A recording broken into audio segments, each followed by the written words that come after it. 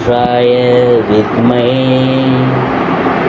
महादेवाय धीमहि तन्नो रुद्रा प्रचोदयात्.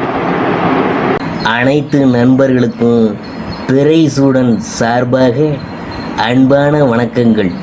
இந்த வீடியோ பிடித்திருந்தால் லைக் பண்ணுங்கள், ஷேர் பண்ணுங்கள், கமெண்ட் பண்ணுங்கள், மறக்காமல் சப்ஸ்கிரைப் பண்ணுங்கள். வாங்க வீடியோ பார்ப்போம். நீங்கள் எந்த கிழமையில் பிறந்தீங்க, அதனுடைய பலன்கள் எப்படி இருக்க போகுது, அதை பற்றி நாம் பார்க்கும்பொழுது ஒவ்வொருத்தவரும் எந்த ராசி எந்த நட்சத்திரத்தில் பிறந்தவராக இருந்தாலும் பிறந்த கிழமையோட அமைப்பாலும் சில பலன்களை கணிச்சு சொல்கிறது சாத்தியம்னு கிரக வாசர சாஸ்திர சிந்தாமணி சொல்லுதுங்க. புராதன ஜோதிட கிரந்தங்களால் ஒரு பிரிவு மட்டுமே இந்த சாஸ்திர கணிப்புங்க. இந்த சாஸ்திரப்படி அவரவர் பிறந்த கிழமை எந்த கிரகத்தோட ஆதிக்கத்துக்கு உட்பட்டதோ அதை வச்சு பலன்களை சொல்ல முடியுங்க.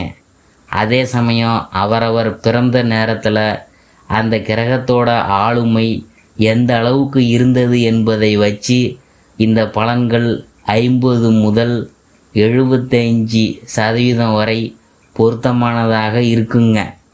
ஞாயிற்றுக்கிழமை பிறந்தவங்களுடைய பலன்களை பற்றி நாம் பார்க்கும்பொழுது, ஞாயிற்றுக்கிழமை என்பது சூரியனின் ஆதிக்கம் உள்ள கிழமைங்க. சூரியனை ஆரோக்கியக்காரகன், பித்ருக்காரகன் இப்படியெல்லாம் ஜோதிட சாஸ்திரம் சொல்லுதுங்க. சூரியனே பூலோகத்துக்கு தலைவனுன்னு புராணங்கள்லாம் சொல்லுது. ஞாயிற்றுக்கிழமையில் பிறந்த உங்களுக்கு இயல்பாகவே தலைமை வகிக்கும் மனோபாவம் இருக்கும். எதிலும் முன்னதாகவே இருக்கணும். பலர் இருக்கும் இடத்துல தான் தனித்து தெரியணும். பெரிய பதவி பொறுப்புகளை அடையணும். இதெல்லாம் எந்த சமயத்திலும் உங்கள் எண்ணமாக இருக்கும். சின்ன சின்ன பாராட்டுக்கு கூட சட்டென்னு மகிழ்ந்து விடக்கூடிய நீங்கள் அதனாலேயே சிலரால் ஏமாந்து போகிறதுக்கும் வாய்ப்பு இருக்குது. யாராவது எதையாவது முடியாதுன்னு சொன்னால் அந்த வேலையை நீங்கள் எப்பாடுபட்டாவது செய்து முடித்து காட்டுவீங்க. சவாலான விஷயங்களால் தயங்காமல் ஈடுபட்டு முழுமையான முயற்சிலாம் எடுத்து செய்து முடிப்பீங்க. உங்கள் குணங்க இது. இந்த சமயத்தில் நீங்கள் அடையக்கூடிய டென்ஷனு உங்கள் உடல் நலத்தை பாதிக்கிறதையும் கவனிக்காமல் இருக்கீங்களே, அதுதான் தவறுங்க. ஒற்றை தலைவலி, உபாதையும் கண் பிரச்சனைகளும் உங்களுக்கு வருதே, அதுக்கு இதுதான் முக்கிய காரணங்க. வீண் படபடப்பை தவிர்க்க தினமும் கொஞ்ச நேரம் தியானம் செய்யணும். உங்கள் உடல் நலம் சீராக இருக்கும். கொடுத்த வாக்கை காப்பாற்றுறதுக்கு எவ்வளவு கஷ்டம் வந்தாலும் தயங்காமல் சொல்ல நேரத்தில் நீங்கள் செய்து முடிக்கும் உங்களுடைய குணபாவம். சிலர் தங்களுடைய சுயநலத்துக்காக உங்களை பயன்படுத்திப்பாங்க. இதை நீங்கள் உணராமையே இருப்பீங்க. அதுதான் உங்களுடைய பிரச்சனையே. அதாவது அவங்க பொறுப்பை உங்கள்கிட்ட ஒப்படைச்சிருவாங்க. ஒப்படைச்சிட்டு அவங்க நல்ல பேர் வாங்கிட்டு போயிடுவாங்க.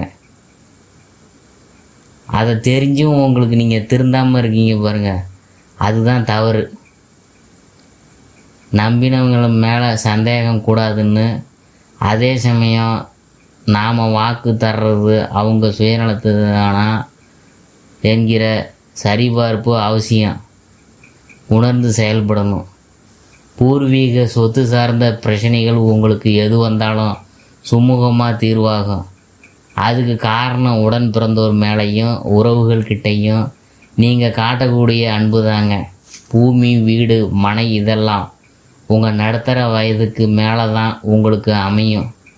அப்படி வரக்கூடிய எதையும் பெற்றோர் பெரியோர் ஆசையோடு வாங்கிறது தான் நல்லது. தந்தை வழி உறவுகள்கிட்ட வீணான வாக்குவாதங்கள் ஒருபோதும் வேணாம். அடிக்கடி பயணம் செய்வது உங்களுக்கு பிடித்தமானதாக இருக்கும். சிலருக்கு அலுவலகம் சார்ந்த பயணங்கள் நிறைய வரக்கூடும். சிலர் வெளியூர் வெளிநாடுன்னு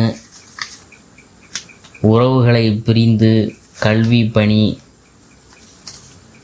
வர்த்தகத்துக்காக செலவு கூடும்.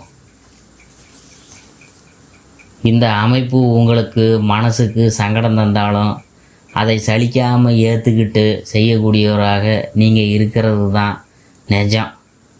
பிரிவு நிலை மாறணும்னு நினைக்கிறவங்க மனசுக்கு பிடித்த மகானை தொடர்ந்து வணங்கிட்டு வந்தீங்கன்னா சீக்கிரமே சேர்ந்து வாழும் அமைப்பும் ஏற்படும். அதாவது ஞாயிற்றுக்கிழமை பிறந்த உங்களுக்கு 1, 10, 19, 28 ஆகிய தேதிகளில் அதிக நன்மை தரக்கூடியதாக இருக்கும். ஒருவேளை நீங்கள் இந்த தேதிகளில் ஏதாவது ஒன்றில் பிறந்தவராக இருந்தால் அந்த நன்மைகள் இரட்டிப்பாக கிடைக்கக்கூடிய யோகமும் சேர்ந்து வரும்.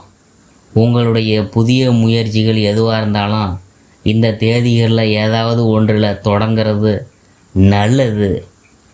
உங்களுடைய வாழ்நாளில் 19, 28, 37, 46, 55, 64, 73, 82 வயது நடக்கும் காலகட்டங்கள் உங்களுக்கு எதிர்பாராத நன்மைகளோட ஏற்றமும் மாற்றமும் தரக்கூடியதாக இருக்கும். ஞாயிற்றுக்கிழமை பொதுவான விடுமுறை தினமாக இருந்தாலும் நீங்கள் சோம்பல் படாமல் அன்றைய தினம் அதிகாலையிலே எழுந்து நீராடிவிட்டு காலை 6 முதல் 7 மணிக்குள்ள கிழக்கு திசை பார்த்து நின்று சில நிமிடங்கள் சூரியனை மனதார வணங்குறது நல்லது. அன்று மாலை நேரத்தில் அனுமன் படத்து முன்னால் தீபம் ஏற்றி வச்சு ஆராதனை செய்கிறதும் நல்லது. அன்றைய தினம் ஆதித்ய ஹிருதயம் அனுமன் சாலிசா துதிகளை கேட்கறது சிறப்பு. உணவு பழக்க வழக்கத்தை முறைப்படுத்துறது. தலையெல்லாம் நீங்கள் பாதுகாப்பாக வச்சுக்கிங்க. இருசக்கர வாகனத்தில் தலைக்கவசம் அவசியம் பயன்படுத்துறது. உஷ்ணம் சம்பந்தமான நோய்கள். அடுத்தது தலை, கழுத்து, கண் உபாதைகள் உடனே கவனிக்கிறது. இதெல்லாம் நீங்கள் ஆரோக்கியமாக இருக்க அவசியமாக நீங்கள் தெரிஞ்சு வச்சுக்கணும். எப்பொழுதும் நன்மைகள் அதிகரிக்க வருஷத்துக்கு ஒரு தடவை திருப்பதி சென்று பெருமாள் தாயாரையும் அங்கே இருக்கிறத அனுமனையும் ஆராதனை செய்து வணங்க வாழ்க்கையெல்லாம் வெளிச்சமாக இருக்கும்.